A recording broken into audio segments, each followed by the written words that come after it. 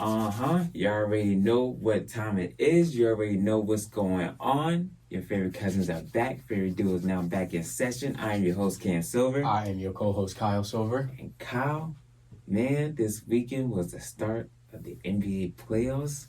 In this first week. Oh, my goodness. Man. Oh, my goodness. Man. Some of the best first week playoff basketball I've seen in a very long time. Oh, yeah. Very long time. Easily. Easily. Mm-hmm. But hey, let's start from the top. We're gonna go from the east. Now that we'll go from the west. Right. Sound good? Yes, sir. Word. So, Celtics and Heat, game one. Game one, Celtics obviously did what they had to do, winning 114-94. You know, so they looked good, but game two. That's where the conversation lies. Now the games have begun. They say the playoffs don't start till the road team wins. That's right. At home. And the Heat made a franchise record of 23 threes to upset the Celtics to tie the series up at 1 apiece, winning the game 111-101. All five Heat starters were in double figures. Shout out to Tyler Hero, for real. You know, no Jimmy Butler in the lineup. You know, because he's dealing with some injuries. You know, shout out Tyler Hero. He had 14 assists that game, game two. You know, he's not even a quintessential point guard. He's a two guard. But for him to be able to find his teammates, albeit they were making their shots. 23 threes that's honestly crazy, but that's always been the Heat's game plan. Yeah. For now, let's just go back the last 3 years. We know that if they're making their threes, they could beat anybody. Yeah. If they don't make their threes, they're not winning. There's no in between in their game. Also, at least from what I've seen. Also, to that point, not just the threes, but their defense. Defensive, Yo, shout out Spo. Yeah, man, Eric Spoelstra. I know you obviously can't give Coach of the Year to the same person every year, but let's be honest with ourselves. Over these past 3 to 4, maybe 5 years, Coach Eric Spoelstra deserves to be the Coach of the Year every single year. Absolutely. Getting his team to where they are from the regular season, always in the bottom, that 7-8 spot, getting them to where they are, and to rival a Celtics team, especially this Celtics team. This Celtics team is probably the best that they've had in a while. Yeah, I agree. With Jrue Holiday, Tatum, Brown, Porzingis, Derek White, Al Horford, Sam Hauser, Peyton Pritchard, so on and so on. For them to go into TD Garden and to light them up the way that they did, but then also be like, okay, we'll let Brown and Tatum get their numbers. But guess what? Porzingis ain't gonna do nothing today. Yo, 7'3", 1 for 9 from the field. That cannot happen. No. And the game plan going into it was, I can more than likely tell you, Coach Spo was like, hey, we need to see if you can beat us, if Kristaps can beat us, because these guys have been here. Derek White, they've been there. Jaylen Brown been there. Jrue Holiday been there. Jason Tatum been there. Almost all the whole Celtics team, except for Kristaps. Right. Kristaps, he's never been on this type of team. He's never been this type of magnitude, or he's never had this much pressure where it's like, hey, look, this year's the year. Exactly. We got to do it. Exactly. And you're going to be a big piece of that, so you got to step up. He was on a Dallas team years ago that, didn't do crazy good. Right, with the young Luka and everything. So, that was still a team and a player that was still trying to find themselves. He was young himself when he was with the Knicks. Right. And then Washington, we don't even need to talk about that. Correct. So it's like, this is his opportunity to show them why did they go out and get you, during the off season. Correct. Why did they go out and get you? And we're going 1 for 9. That you can't do that. Also putting him in a pick and roll. He didn't know what to do. He wasn't sure if he was supposed to step up. He wasn't sure if he was supposed to drop back because he was the rim protector. There was a lot of things where he looked like he was in no man's land the whole game. The whole game. And I think that played with his psyche. I agree. Bam was putting him through the ringer, man. Bam, all of them. The fact that he was being guarded by someone a foot smaller than him. Yo, Eric Spoelstra had Caleb Martin on Porzingis at a certain point for multiple possessions. Yeah. Eric Spoelstra was like, I'm not worried about Porzingis right now. I ain't worried about you. Get out of here. That's crazy. Come on now. That's crazy. Come on now. Especially someone who's not in the paint a lot, too. If you don't get your big back behind in the paint, brother. Stop this 5-out stuff sometimes. Yeah, I can't stand it myself. But it is what it is. We'll see what happens when they go down to Miami. But let's go on to one of my favorite series right now. The Knicks and the Sixers. Orange and blue skies, Knicks in 5. Let's go. Let's go. Yes, sir. Game 1, bad shooting from Brunson, but Hart was the hero. Josh Hart had 22 points, 13 rebounds. He was 4 for 8 from 3, hitting some big-time three-pointers down the stretch. McBride also hitting some big-time three-pointers as well. But Embiid and Maxey both still, they did their thing in Game 1. Even Embiid, after he had that crazy dunk off the backboard, went down on his knee. And then I think that was the telling sign of, man, how is he even going to keep going? But he came back out, still did his thing. They lost that one, but came back in Game 2, and Game 2, that ending right there. But like I told you before, I still can't put into words what we witnessed. 8 points from the Knicks in about 27 seconds. Jalen Brunson, shooter's touch, lucky 3, hits the front rim, bounces up, goes in, because Lord knows they lose the game if he doesn't hit that. Oh yeah, no, easily. That was a prayer, first of all. And then shout out Isaiah Hartenstein for coming through, getting the offensive rebound. 76ers should have never allowed that. And then shout out Dante DiVincenzo. He missed that first 3. That's when Isaiah Hartenstein gets the rebound. And then he goes right back, no hesitation, comes through, hits it. That's nasty work. And, that's just, everybody can be mad. 76ers fans are going to be mad at the refs because they're going to feel like, they did say Tyrese Maxey was fouled. Did get fouled twice. And Nick Nurse should have been granted the timeout on the baseline when Kyle Lowry took it out. Right. But the timeout should have been called right then and there. Yeah. You can't wait. Couldn't wait until the ball got inbounded and Tyrese Maxey was on the floor. Tyrese Maxey still had possession of the ball. Obviously, when he was on the floor, should have got the timeout. But at that point, yeah, like you said, you should have called the timeout when Kyle Lowry was inbounding the ball. Or if he does have that ball in his hand at that time, Tyrese Maxey, get into the ref's face. I was about to say, I'm running out onto the court. As a coach, I'm running out onto the court saying, I call a timeout. Yes. I call a timeout. Yes. Because there's no way. There's no way in the world you're going to stop me from getting my timeout on that one. Spo has ran out onto the court to get timeouts before. I was about to say, we've seen that before. Multiple times. Exactly. He do not play. No. You going to give me my timeout. So, I don't know. You could go in 80 different ways about the ending. Yeah. But, hey, Knicks in 5, baby. Knicks in 5. If Philly not careful, it's going to be in 4. Let's be honest with ourselves. And Embiid is barely moving. But he's still averaging 30. He's probably 40% healthy, 50%. He's still doing... That's very scary. 34 points, 10 rebounds, 6 assists in Game 2.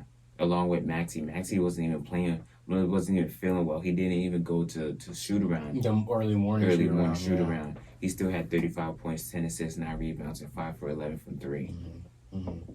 I was shining on my man Brunson right now. Brunson needs to pick it up. Yeah, Tyrese Maxey is the best point guard. Oh yeah, easily. Both teams right now. If Brunson was to play the way that he's supposed to be playing, he could be averaging around the same that Maxey's averaging. He should have no problem in the 30s. Yeah. But hey, shout out Kelly Oubre, how he's defending him, because Nick Nurse put some length and size on Jalen Brunson, which is what you should do. And they're making things uncomfortable, but that's where Josh Hart, DiVincenzo, Hartenstein, even Mitchell Robinson, that's where they come in. Yeah, and they're doing their thing right now, and I give all props to them right now. Sure. So, they play Thursday night, so we'll see if they could take a commanding 3-0 lead. Moving on to the Bucks Pacers. That game one was insane. Dame turned it on after all season. I even had him on my fantasy team. He just wasn't even looking well the whole year. Then They didn't know what to bet on him for. I wasn't even sure if I was supposed to put him in my starting lineups and all that good stuff, but he came out firing. What he had 35 points in the first half. In the first half, and then didn't score after that. That's important to say. That's very important to say there. And didn't score after that. With 6 rebounds, he was 6-11 from 3. He was hitting some bombs. Bombs. You know, Chris Middleton chipped in with 23 points and 10 rebounds. Bobby Portis with 15 points and 11 rebounds. I've been impressed with Siakam. Yes. Siakam has been playing very well. Obviously, with no Giannis in the paint, he can do as he pleases. He's the number 1 leading scorer in the playoffs, right? Yeah. I think he's had like 37. Yeah, because he had 37 in game 2, which is what we're about to get into. The Pacers, as I said, get their look back. All 5 starters were in double figures. Siakam had 37 points, 11 boards, 6 assists. Halliburton, 12 points, 12 assists. Miles Turner, 22 points, 7 rebounds, 6 assists. So this is gonna be a back and forth battle. Yeah, it's gonna be a back and forth series. Which honestly, I would like to see how long it plays out, because then that maybe give the Bucks like an opportunity to get Giannis back in like a game 5, a game 6, if it really comes down to it. You know what I mean?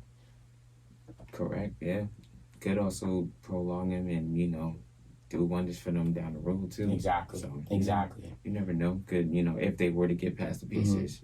So I still got Pacers winning the series. Though. Yeah. Even if Giannis was playing, I still got the Pacers winning the series. Yeah. I like what Miles Turner's doing a lot too. Like along with Pascal, but I like what Miles Turner's doing. He's doing his thing. Big time. Big time. Moving on to the Cavs versus Magic. I think that this isn't really much. This is they're in the playoffs, so we gotta obviously report on this. But Cavs just game 1, Mitchell's just too much for everybody. He had 30 points, 11 for 21 from the field. Jared Allen, my boy, 16 points, 18 boards. Evan Mobley, 16 points, 11 boards. Shout out Ben Carroll. He did his thing in that game. 24 points, 7 rebounds, and 5 assists. He's been kicking. He's basically been the only one that's been kicking. Hasn't really got much help from anybody else. Franz Wagner has been helping him out too with 18.7 boards. But game 2, basically just copy and paste. It was the same thing, except for the fact that Jared Allen even did more on the rebounds and got 20 this time. Oh goodness, the Cavs got too much size. Too much size. Too many like actual talented people on that squad that like if they play together, like I could see the Cavs like making a run. Yeah. Genuinely speaking, they could. They're very capable of it. I think the biggest thing for me is the guards, the guard play with Donovan Mitchell and Darius Garland and Caris LeVert coming off the bench. They're just too much for guys like Markelle, Jalen Suggs, who got injured in game 2 but was able to come back. Cole Anthony, he just hasn't shown up at all. So Cole Anthony's supposed to be a pure scorer. Too. Yeah, he got to show up. Well, neither is Markelle Fultz. We don't even know where he's at either. Don't even get me started on him. But that one, I feel like we were being generous on that one with Cavs and 6. Yeah, we were. We definitely were. I also thought that they put up more of a fight, but it is what it is. Moving on to the West, the Thunder in game 1 got themselves out of a tight one, winning 94-92. Gilgeous-Alexander, man, that's that guy right there, bro. That boy's a dog. That's that guy right there. That boy is a dog. That boy is a dog. Very impressed with his playoff debut, scene with Holmgren and Jalen Williams. All 3 of them did their thing, and then they turned it up a notch in game 2, killing the Pelicans 124-92 to take a 2-0 lead in the series. Gilgeous with 33 points, 5 assists. He was 3 for 5 from 3. He didn't hit threes like that. He was on one. Holmgren, 26 points himself with 7 boards and 3 for 6 from 3. So that Pelicans, man, they just got to figure out a way. I know Ingram is coming off of an injury, but he has to figure it out. CJ McCollum, CJ McCollum looks like he's never been in the playoffs before at this time. So I don't know. That he's been the most disappointing for me personally. I'm real quick. I feel like every year he's a good regular season player, right? And then when it comes time for the postseason, he's not consistent with his output and his his efficiency. Right. He's a very up and down type of player sometimes. Right. For somebody that should be more consistent. That should be a lot more consistent. Yeah. So. But I don't know. Moving on, Nuggets Lakers. This series has been wow, wow. I don't even. Wow is correct. Wow, right? Game one, I feel like went the way that we all kind of expected it to go. Nuggets did their thing. Lakers had a chance in that one, but in the third quarter, they got away from themselves, shot too many threes, and basically shot themselves out of it. D'Lo couldn't make a three. Reeves was nowhere to be found. Plus, nothing special from the bench in both this one and in game two. Game two, Lakers were up by as much as 20 points and, squandered that lead by the fourth quarter. We even talked about this off air. By the fourth quarter, that's when you kind of you start to feel that that momentum was swinging. Jokic was starting a big body AD and everything. Yep. Jokic, bro, 27 points, 20 rebounds, 10 assists. I genuinely thought he was about to do 30, 20, and 10. I thought he was too. I really thought he would. I think he was trying. I think he trying. He did. There was no reason why. But Jamal Murray came in the clutch, bro. He came in the clutch, and let me tell you something. As a diehard Kobe fan, that reminded me a lot of Kobe. Once he found his mid-range game, it was a wrap. You could just see it. You can control an entire playoff series with that mid-range, to be quite honest. And that's the reason why I don't understand why, unless you're like you're the Heat where you're hitting, 20-something threes, or unless, you're like the Mavericks who live and die by the three, or the Warriors who live and die by the three. I was about to say, even the Celtics, the Celtics to a big part, if you live and die by the three, championships are won in the mid-range. That's been a staple for decades. Forever. You know what I mean? And it will never go away. I don't care what anybody says. The game slows down, and we got to talk about. I just want to real quickly. The scoring average of the league is down by 10, 11, 12 points. Right. Which is because as playoff basketball, defensive intensity now. So now you need those threes. If they're not falling, you need to find an easier way to get those mid-ranges. And that's what Denver can do. They've been doing it all season. Jamal Murray's been doing it his entire career. Correct. It shouldn't be surprising to anyone that he's able to hit a shot like that over AD to close out the game two. Exactly. It wasn't a surprise. And when they had got the rebound off of LeBron Smith's three, it was funny because everyone kind of stopped for a second because naturally, no matter what age group you're in, no matter what level you're in, naturally at that point in time, you're gonna look at coach and be like, "We're gonna call a timeout." I know, right? And then Coach Malone was like, "No, go, let's go. Yes. And that was real cool to see because it's like, y'all a championship team. We've been here before. Do it again. Just go. Just do it. I don't need to call a timeout for y'all. It's work through. Let's do what y'all do in the last 12 possessions. Exactly, because they scored their last 8 and 9 the times down the court. So it was that. Big play for me was when Aaron Gordon had came in, saved the ball off the baseline, threw it back out to Michael Porter Jr. and he hit that three to tie the game. That one right there was probably the unsung hero of the game. Right there, that play right there was one of the biggest plays other than obviously the game winner. Because if they don't get that ball, they don't win that game. Exactly. But Nuggets take a 2-0 lead. Still got belief in the Lakers though. Going home, you still never know what can happen. I mean, we sit here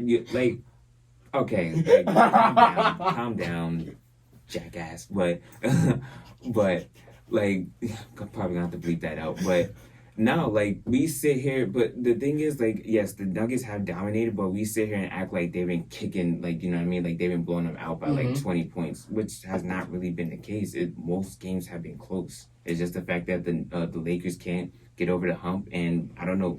And I feel like it's more so is a lot of it is the coaching, but also a lot of it is just the players on the court. They just they just can't figure out a way. It's coming down to matchups. Yeah, it comes out. Yeah, there's just nothing Michael Malone AD could do with Jokic. Yeah, no, and then Mike Malone is better with the matchups than Darvin Ham is. And if Michael Porter Jr. is hitting his shots like how we've seen him do, now we really got to have a conversation. And I've been waiting for this Michael Porter Jr. to come alive too. But also coming off of back injuries and things of that nature. It's gonna take you some time. But I'm happy to see him grow the way that he is now because he's a very, very big key piece to his team. He's the number 3 scorer. He just is. And if he's hitting and they're all hitting, it's nothing that anybody can do. Going on to the Timberwolves versus Suns.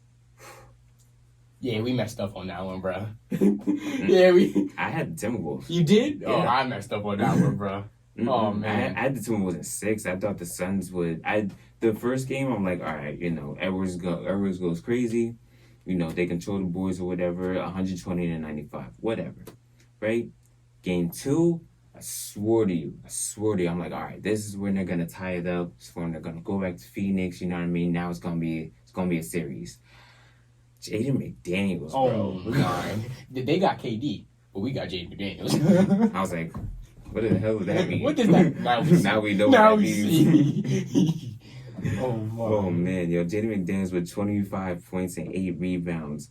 KD 18 points and 6 rebounds. I don't remember the last time KD even finished the game with less than 20. Bradley, we don't even know. I don't even know why I read that. Sorry. Devin Booker 20 points, 5 assists. Like I don't know what to tell y'all. Like there's just genuinely nothing that they can do. They don't have the size to contend with Rudy Gobert and Cat. And then now you're trying to play a lot of ISO ball more than not more like you're playing a lot of ISO ball with Devin Booker and KD. There's no ball. And Bradley Beal too. Bradley Beal has been standing in the corner for how many games? To be quite honest, Game 2, bro, he was sitting there trying to sauce up Mike Conley, and then he got rejected by Ant Edwards at one point. You got KD just standing there on the wing, like I don't even know what we're doing anymore. Devin Booker, that boy's just showing himself. Even if you're KD though, how do you not you came from the Warriors, brother? Like, how did you got to take some of those things that they've done over those couple of years to at least understand how to get open off the ball, how to get D Book open off the ball, because D Book can shoot. So why is he cannot whatever? I don't know. 2-0. Yeah, we'll see what they got going on. And they can't play defense. And Frank Vogel is a what? Defensive wizard or mind, or at least something like that. I don't know. What? Continue. But it is what it is. With that one, Clippers Mavs. This has been an awesome series. I like this series a lot. Game 1, Mavs tried to live and die by the 3. I'll say they died, losing 109-97. Harden did his thing with 28 points, 8 assists. Pandemic P, not Pandemic P, no. In this one, at least, he had 22.6 rebounds. My boy PG-13, he did his thing. He wasn't Pandemic P. Zubac, 20 points, 15 rebounds. I was looking at him, I was like, damn, I did not account for you. But he did his thing in Game 1. But Game 2, we need to talk. We need to talk about Game 2. We don't got a lot of talking going on because we running short on time. But Game 2, the Mavs made plays, bro. Game 2 comes down to Luka Doncic's defense. Yeah. On Kawhi, on PG, on James Harden, on everybody. That's what that game came down to. And if Luka starts defending, the league should be scared. That's all I'm gonna say. Yeah, no, Luka defending, bro. Who would have thought? Who would have? Not me. Definitely not me. Not us. Would you look at that? Oh man, yeah, no, he looked good, bro. Like he get into a defensive stance. I think he actually finally figured out how wide and long he could be when he actually spreads his arms out. He sits down in the chair and he slides. Like when he was going up Kawhi, I'm like, all Kawhi got to do is just get into the mid range, put his shoulder into him. Same thing that he always do with everybody else. But it reminded me of when. He was going over when he goes up against Braun. No, it's not that easy. Yeah, it's not that easy anymore, bro. But like you said, Doncic starts playing defense. Everybody should be scared. It should be something to be worried about over there. But we got about 5 minutes left. Okay. The NFL draft is Thursday night. So, and while we're recording this is Thursday afternoon. So. We obviously know who the Bears are going to pick. Caleb Williams with the number 1 pick. As of right now, we probably know the top 3, and Caleb Williams, Jaden Daniels going to the Commanders, the Patriots taking Drake May, barring a big trade that they said. All right, The Giants are number 6. Giants love Drake May apparently, which I'm not surprised about. Drake May has a lot of comparisons to Josh Allen, where offensive coordinator and head coach came from. Yeah, Brian Dable, which he could maybe take advantage of, right? But you're not getting that number 3. No, because don't have Drake isn't falling. No, and you don't have the assets for it. Now there's the thought of getting JJ McCarthy, who I'm not really a huge fan of. Not gonna lie to you. I like him. I'm not gonna say I'm not a huge fan of him. I like him. Mm-hmm. I think he's great. I think he's pretty good. But we also failed to put in the fact that he played behind the best offensive line in college football. Mm-hmm. He had the best coach. Mm-hmm. He had a great defense, a historic defense, but also had one of the best, if not the best, running game in the country. So now that's why I wanted to say real quick. I was thinking about this. If let's say the Giants do take JJ McCarthy, right? It's not like you got Saquon as your bell cow running back anymore. Nope. So he was coming from having a great run game to at least to maybe he could have had Saquon, in terms of if Saquon never left, right? Never got took the deal. Now you don't have that. You don't have a great defense. So what type of position are you going to put him in? And is that the best situation for him to be in? I don't know. I think the best thing you could do is just, when Daniel Jones comes back from his injury, you let Daniel Jones start, and you let him do whatever he could do. Whatever Daniel Jones does. I don't know what he does anymore. Actually, that's the worst take I think I've ever heard you say. I don't want him back. Well, you're not going to put him out. You're not going to put JJ out there. You're not going to fail him. So you're going to have to take that year. You're going to have to take another year. And take another year, get another high draft pick, get better offensive linemen, get a better defense, get some guys around him. Because my biggest thing is at that number 6 spot, I'm taking a wide receiver. At that point. I'm taking a wide receiver. And then I believe, if I'm not mistaken, you guys have a pick. You guys have the 47th in the second round. Find a dark horse quarterback. Find one of the dark horse quarterbacks and go from there. Mm-hmm. And just let him learn. Because what's going to happen is Daniel Jones is still going to be coming back from his ACL. In training camp. In training camp, what's going to happen is you let that quarterback that you draft this year, he takes all the first team reps, takes all those snaps and everything. Daniel Jones comes back, he takes over again, and then by the end of the season, if the team's not looking good, then you put him in there.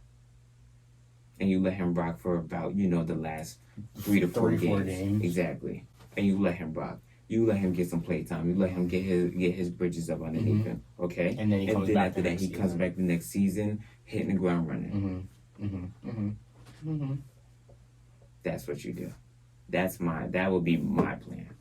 Personally. It's a smart plan. But I don't know. I'm just get Daniel Jones out of here. That's genuinely all I care about. Please. God almighty. Yeah, it's tough being a Giants fan. It's tough, but you guys will make it though. I got a lot of belief in you guys. Honestly, I think you guys will make it. You guys will be fine. Give us the next 3 years. I'll come back to the team in 3-4 years. 3-4 years. I'll come back to being a Giants fan in 3-4 years, guys. All right. Well, since you're selling your ties right now, so you say you're going to Baltimore? Oh, Baltimore all day, dog. Derrick Henry. Zay Flowers and them boys, Lamar. I don't even gotta mention Lamar. I know what he doing.